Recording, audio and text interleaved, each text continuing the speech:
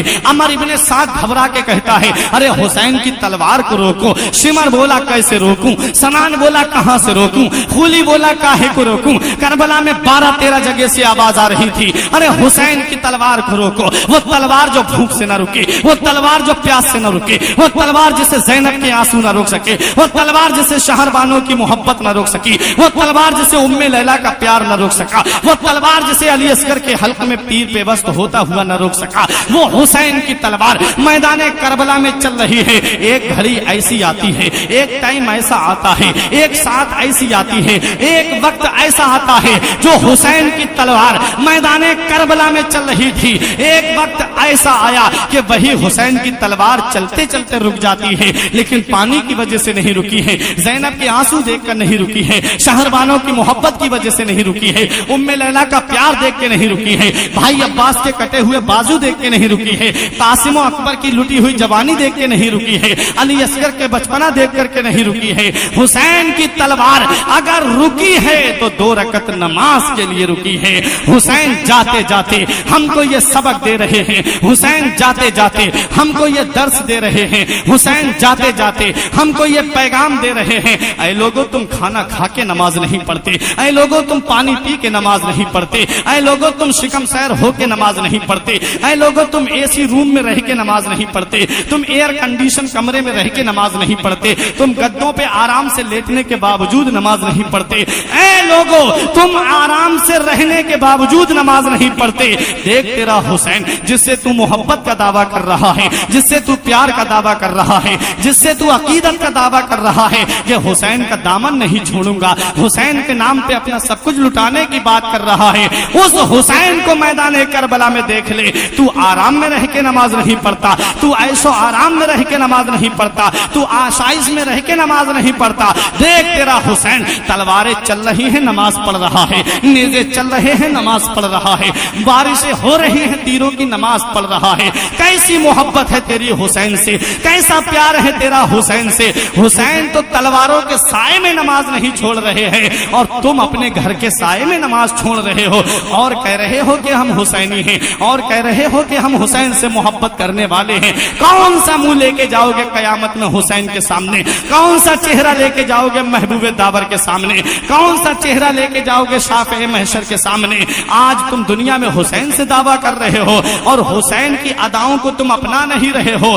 اگر سچے حسینی ہو، حسین نے نماز پڑھی ہے تم بھی نمازیں پڑھو، حسین نے روزے رکھے ہیں تم بھی روزے رکھو، حسین نے پڑوسیوں کا ادب کیا ہے تم بھی پڑوسی کا ادب کرو، حسین نے غریبوں پہ شفقت کی ہے تم بھی غریبوں پہ شفقت کرو، تبھی تم سچے حسینی ہوگے۔ ورنہ یاد رکھنا قیامت میں آقا حسین نے اگر تم سے چہرہ پھیر لیا تو وہی اعلیٰ حضرت کا شعر کہ ان کو رحم آئے تو آئے ورنہ، ان کو رحم آئے تو آئے ورنہ، وہ کڑی مار ہے کیا ہونا ہے، اور چھپ کے لوگوں سے کیے جس کے گناہ وہ خبردار ہے کیا ہونا ہے۔ کل تو دیدار دیدار کا دن ہے اور یہاں آنکھ بیکار ہے کیا ہونا ہے. یار پیارے تو سچی محبت وہی ہے کہ تم حسین کی اداؤں کو اپناؤ. یہی میرا آقا حسین ہے. جب اپنی تلوار کو روکتا ہے, اپنی گھوڑی سے جب نیچے تشریف لاتے ہیں, اب اپنا دل تھام کر کے سنو پیارے, آقا حسین جب اپنی گھوڑی سے نیچے تشریف لا رہے تھے, گھوڑا کتنا سمجھدار تھا آقا حسین کا, اپنے دونوں پیروں کو زمین پہ رکھ دیتا ہے,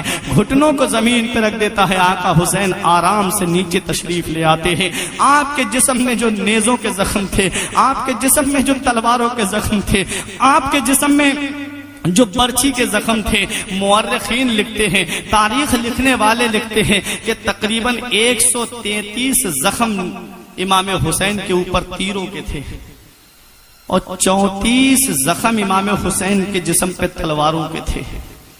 اور نیزے کے زخموں کا حال تو یہ تھا پیارے, ایک ایک زخم میں کئی مرتبہ نیزہ گھسا ہوا تھا. آقا حسین جب گھوڑے سے نیچے تشریف لائے, شمر مردود آ گیا, آقا حسین کے سینے پہ اپنا پیر رکھ دیا. اس کے کرتے کے بٹن کھلے ہوئے تھے, اس کے جسم پہ سفید داغ کی بیماری تھی, برس کی بیماری تھی, سفید داغ تھے. آقا حسین نے دیکھا, فرمایا صدق رسول اللہ, صدق رسول اللہ, میرے نانا نے سچ فرمایا, میرے نانا نے سچ فرمایا, میرے نانا نے سچ فرمایا. شمر بولا کیا سچ فرمایا تمہارے نانا نے؟ کہا میرے نانا نے مجھے گود میں لے کر کے کہا تھا کہ میرے آل کے خون میں ایک چتکبرا کتا منہ مار رہا ہے. میرے نانا نے فرمایا تھا میرے آل کے خون میں ایک چتکبرا کتا میری امت کا میرے آل کے خون میں منہ مار رہا ہے. میرے نانا نے سچ فرمایا, وہ چتکبرا کتا تو ہی ہے. شمر مردود نے غصے میں آ کر کے آقا حسین کی گردن پہ تلوار چلانے کی کوشش کی. آقا حسین نے پوری طاقت لگا کر کے اپنے جسم کو سجدے کی حالت میں کر لیا. سجدے کی حالت میں آقا حسین نے اپنی پیشانی رب کی بارگاہ میں رکھ دی. عرض کی مولا میں تیری تقدیر سے راضی ہوں, مولا میں تیری رضا میں راضی ہوں. سبحان ربی الاعلی, سبحان ربی الاعلی, سبحان ربی الاعلی. امام حسین کی گردن پہ خنجر چل رہا ہے, آقا حسین اپنے رب کی حمد بیان کر رہے ہیں. سجدے کی حالت میں ہے امام حسین. اب ان علماء کو گواہ بنا کے میں ایک بات آپ سے پوچھتا ہوں, آقا حسین جام شہادت کھڑے ہو کر کے پی لیتے؟ آقا حسین قیام کی حالت میں ہوتے تب ان کی گردن کاٹ دی جاتی, رکوع کی حالت میں ہوتے تب گردن کاٹ دی جاتی. گردن سجدے کی ہی حالت میں کیوں کاٹی گئی امام حسین کی؟ سجدے ہی کی حالت میں آقا حسین نے اپنی گردن کیوں کٹوائی؟ یہ ذہن میں آپ اپنے محفوظ رکھیں. اور اگر اس نقطے کو آپ نے سمجھ لیا تو اے پیارے مسلمانوں, مجھے یقین ہے کہ آج سے آپ کا کوئی سجدہ قضا نہیں ہوگا.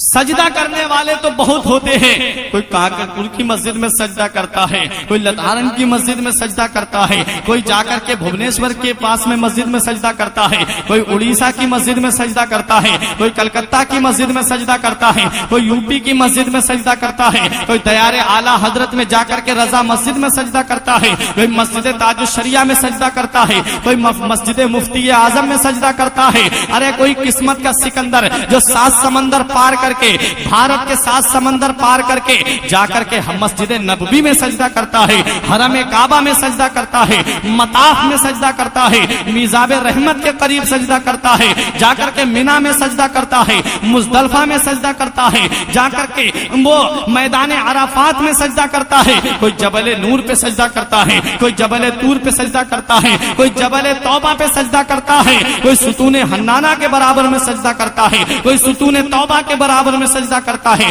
کوئی ریاض الجنہ میں سجدہ کرتا ہے. ارے فرقان رضا منظری کا یہ جملہ دل کی تختی پہ نوٹ کر لو مسلمانوں. ارے فرشی فرش پہ سجدہ کرتے ہیں اور عرشی عرش پہ سجدہ کرتے ہیں, لیکن سب کے سجدے ایک طرف اور کربلا میں حسین کا سجدہ ایک طرف, کربلا کے شہید اعظم کا سجدہ ایک طرف. اس سجدے کا جواب کہاں سے لاؤ گے جو تلواروں کی بارش میں ہوا؟ اس سجدے کا جواب کہاں سے لاؤ گے جو نیزے کی بارش میں ہوا؟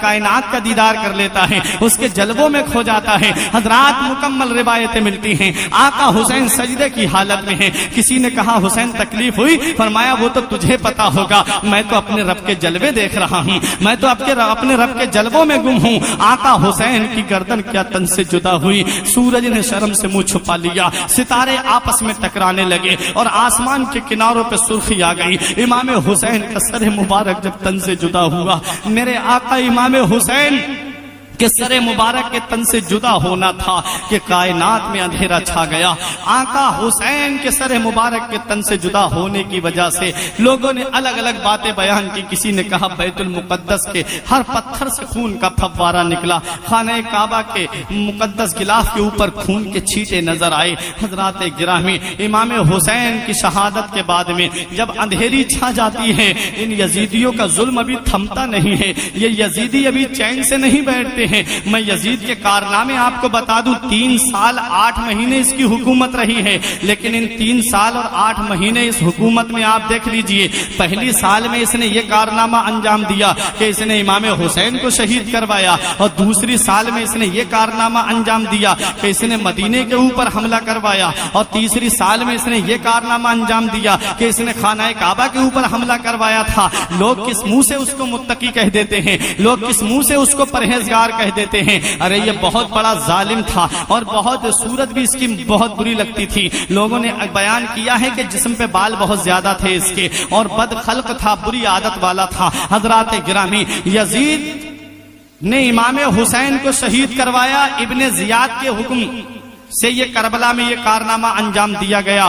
اب امام حسین کی شہادت کے بعد میں ان ظالم یزیدیوں نے خیمے کے اندر آگ لگا دی، اور جب خیمے میں آگ لگائی گئی، پیارے حسین کا وہ جملہ یاد کرو میری بہن زینب، تیرے بھائی کا امتحان اب مکمل ہو رہا ہے، تیرے بھائی کا بھی امتحان پورا ہو رہا ہے۔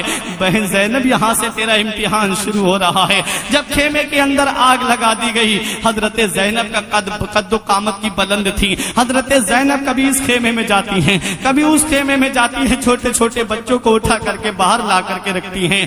ایک یزیدی نے دیکھا، اور وہ خود بیان کرتا ہے کہ میں نے کیا دیکھا، ایک بلند قامت عورت جلتے ہوئے خیمے کے اندر گھس جاتی ہے، اور اپنی پیٹھ پہ جوان آدمی کو اٹھا کر کے لاتی ہے، جوان لڑکے کو اٹھا کر کے لاتی ہے، کہ اس نے کہا اے عورت تجھے کچھ لگ نہیں رہا ہے، تو اس آگ میں جا رہی ہے، جل جائے گی۔ تو اس عورت نے کہا تھا، اس لڑکی نے کہا تھا، اس شہزادی نے کہا تھا کہ میں اس خیمے کے اندر کیوں نہ جاؤں، اس میں میرا جوان بھتیجا موجود ہے، میں نے اپنے بھائی سے وعدہ کیا ہے میں ان کی حفاظت کروں گی۔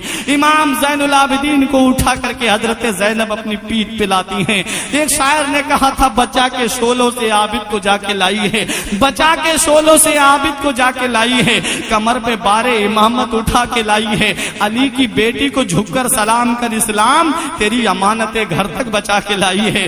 امام زین العابدین کو باہر لا کر کے رکھتی ہیں، امام زین العابدین کے پاس میں بیٹھ جاتی ہیں حضرت زینب۔ علی کی ذوالفقار اب حضرت زینب نے ہاتھ میں لی ہے۔ یزیدیوں سے کہہ دیا اگر آؤ گے میرے خیمے کے قریب تو میں بھی علی کی بیٹی ہوں، میری رگوں میں بھی علی شیر خدا کا خون دوڑ رہا ہے۔